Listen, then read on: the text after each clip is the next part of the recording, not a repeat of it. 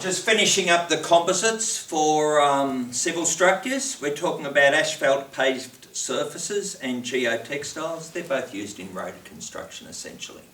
So let's roll them together. That's basically a cross-section of a road. As you know, bitumen roads in heat are incredibly flexible. That road develops cracks, water runs through into here. And water runs through the lot of this. What I haven't talked about yet is geotextiles. They are incredibly critical to keeping roads serviceable.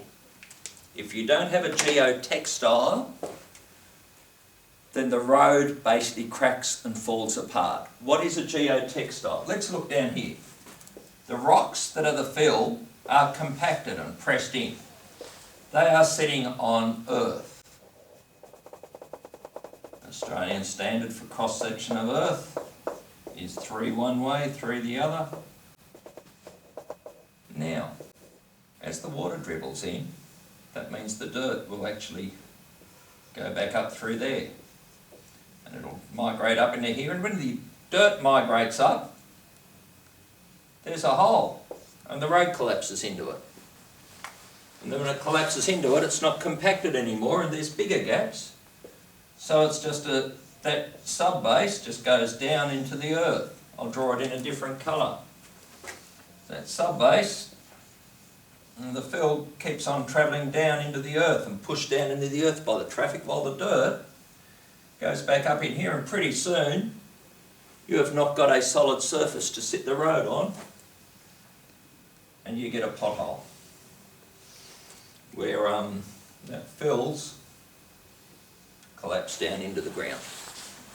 Geotextile is a felt. It's an incredibly fine felt.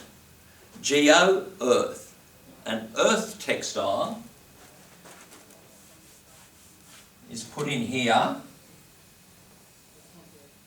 and it is fine enough so the water can go through it, but the soil cannot go back up.